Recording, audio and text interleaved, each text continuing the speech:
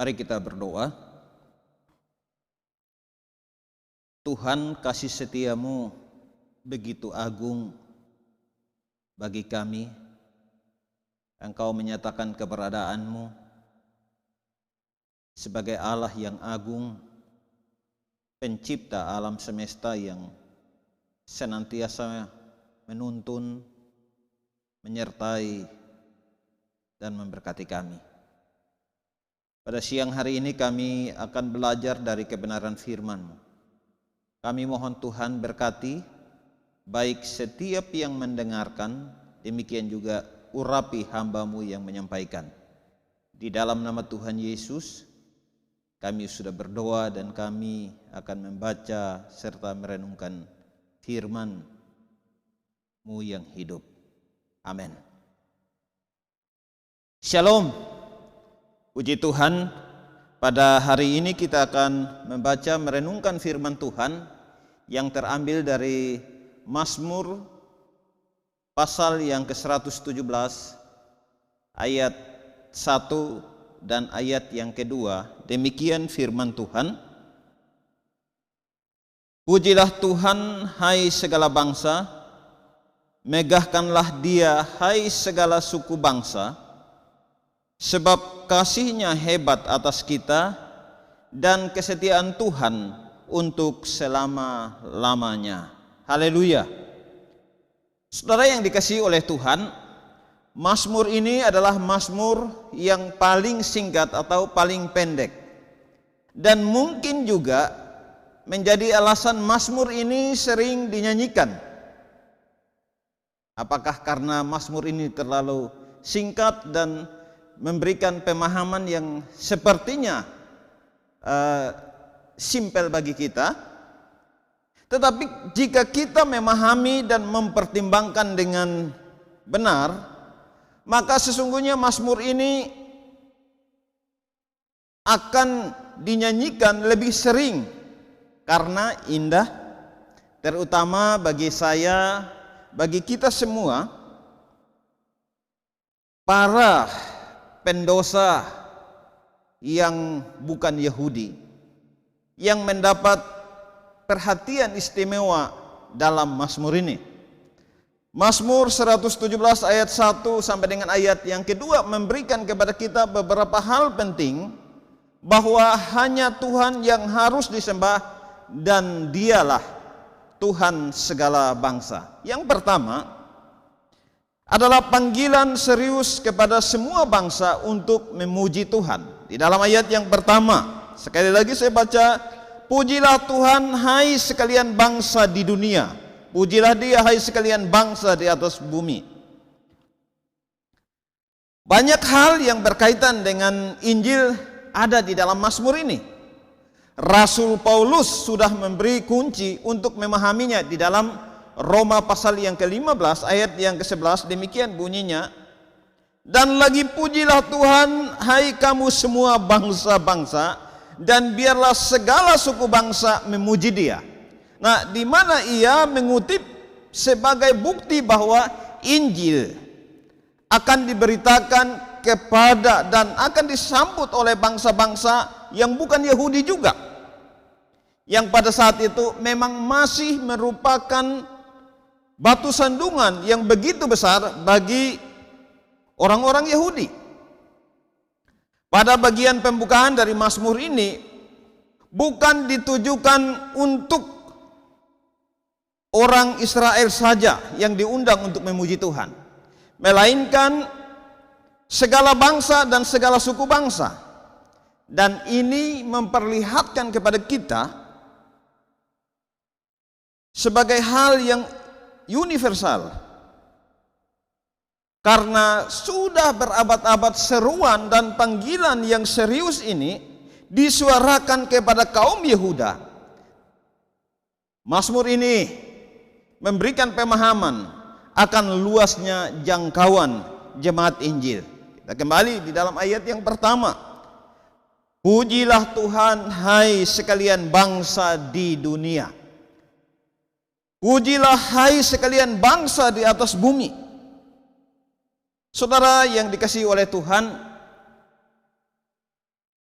selama berabad-abad lamanya hanya diserukan, disuarakan kepada orang Yehuda. Tetapi bangsa-bangsa yang lain memuji dewa-dewa dari kayu dan batu. Kalau kita perhatikan di dalam kitab Daniel pasal yang ke-5 dan ayatnya yang ke-4. Selama itu sama sekali tidak ada ibadah yang dipersembahkan. Setidak-tidaknya secara terang-terangan yang kita ketahui kepada Allah yang benar dan hidup. Tetapi di sini segala bangsa dipanggil untuk memuji Tuhan yang tidak dapat diterapkan pada masa-masa perjanjian lama. Injil Kristus diperintahkan untuk diberitakan kepada segala bangsa. Dan melalui Kristus dinding pemisah dirobohkan. Yang awalnya memisahkan, tetapi melalui Yesus Kristus dinding pemisah itu dirobohkan. Orang-orang yang tadinya jauh dibuatnya dekat. Dan inilah misteri yang tersembunyi selama berabad-abad di dalam nubuatan, tetapi pada akhirnya disingkapkan, dibukakan kepada kita dalam penggenapannya, bahwa orang-orang non-Yahudi turut menjadi ahli waris. Ini disampaikan oleh Paulus kepada jemaat Tuhan yang ada di Efesus pasal yang ketiga ayat yang ke-6. Demikian, ini saya ambil dari terjemahan bahasa Indonesia sehari-hari. Rahasia itu ialah ini: melalui kabar baik itu, orang bukan Yahudi turut merasakan berkat-berkat Allah yang dahulu disediakan hanya untuk orang Yahudi. Orang-orang bukan Yahudi sudah menjadi anggota dari tubuh yang sama dan turut menerima apa yang dijanjikan Allah melalui Kristus Yesus. Saudara yang dikasihi oleh Tuhan, artinya bahwa rahasia yang dulu disampaikan, dijanjikan melalui nubuat, tetapi di dalam Yesus Kristus disingkapkan dan pemberitaan itu disampaikan. Sekali lagi, di sini dikatakan bahwa melalui kabar baik itu, orang bukan Yahudi turut merasakan berkat-berkat Allah yang dahulu disediakan hanya untuk orang Yahudi. Ini tidak hanya bicara tentang berkat jasmani, tidak hanya bicara tentang berkat pemeliharaan Tuhan, tetapi ini bicara tentang berkat keselamatan dan bicara tentang memuji Tuhan, merupakan sebuah berkat. Saudara yang dikasihi oleh Tuhan, ini kebenaran yang pertama. Dan kebenaran yang kedua adalah bahwa anugerah Injil menjadi pokok pujian gereja.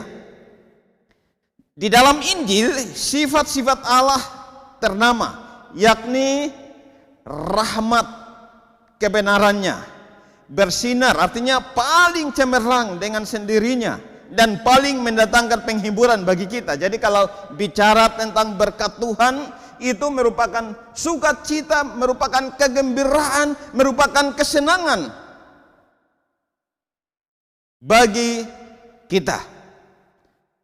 Tatkala Paulus mengutip Mazmur ini, memperhatikan sifat-sifat ini sebagai dua perkara besar untuknya. Bangsa-bangsa bukan Yahudi harus memuliakan Allah. Jadi memuliakan Allah bukan hanya orang Yahudi saja, tetapi bangsa-bangsa yang disebut sebagai bangsa yang tidak bersunat juga mempermuliakan Tuhan. Nah, saudara yang dikasihi oleh Tuhan, di dalam Roma pasal yang ke-15 ayat yang ke-8 dan ayat yang ke-9 itu karena kebenaran Allah dan karena rahmatnya. Ketika kita menikmati Injil,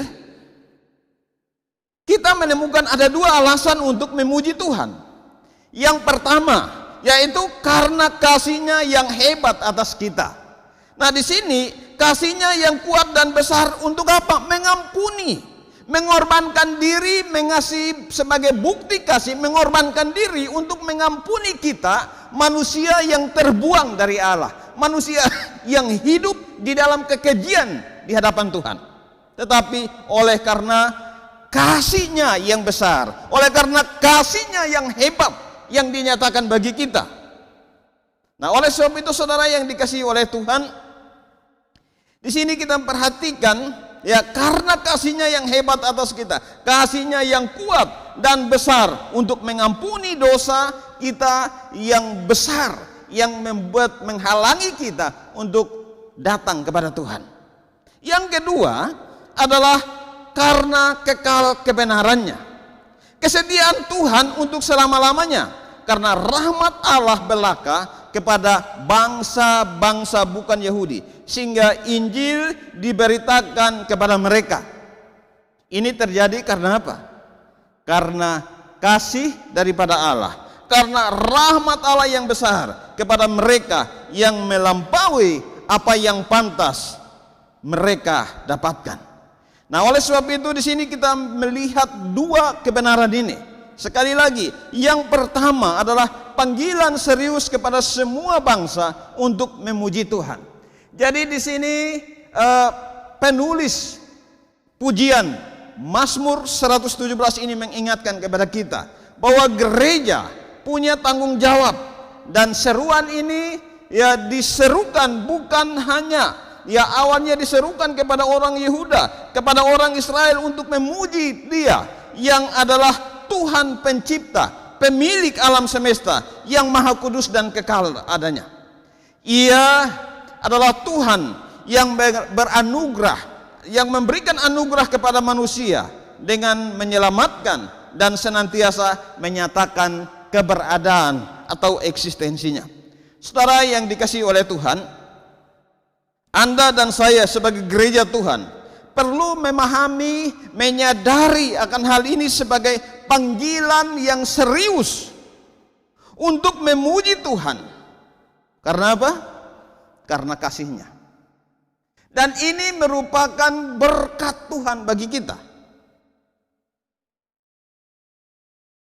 Alasan yang mendasar oleh karena kasih-Nya yang hebat bagi kita. Oleh karena kesetiaannya. Saat ini di dunia, di negara kita tercinta ini, Indonesia, bahkan di daerah kita, di Kabupaten Kutai Barat ini, kita sedang menghadapi COVID-19.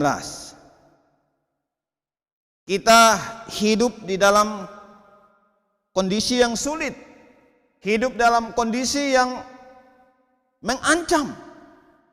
Tetapi kita melihat bagaimana kesetiaan Tuhan, pemeliharaan Tuhan dinyatakan bagi kita. Oleh sebab itu firman Tuhan hari ini mengingatkan bagaimana gereja dipanggil untuk memuji Tuhan. Panggilan ini patut diresponi dengan benar, untuk meneruskan panggilan ini, seruan ini ditanggapi sebagai sebuah panggilan yang serius. Bagaimana kita memuji Tuhan? Apakah hanya dengan menyanyi? Tidak hanya dengan menyanyi. Kita dipanggil oleh Tuhan untuk memuji Tuhan, menyatakan kebesaran Tuhan, menjalankan kehendak Tuhan di dalam hidup kita dengan karunia, dengan talenta yang sudah Tuhan berikan bagi kita. Kita mau persembahkan itu untuk kemuliaan bagi nama Tuhan, sebagai bentuk konkret kita memuji Tuhan. Kenapa?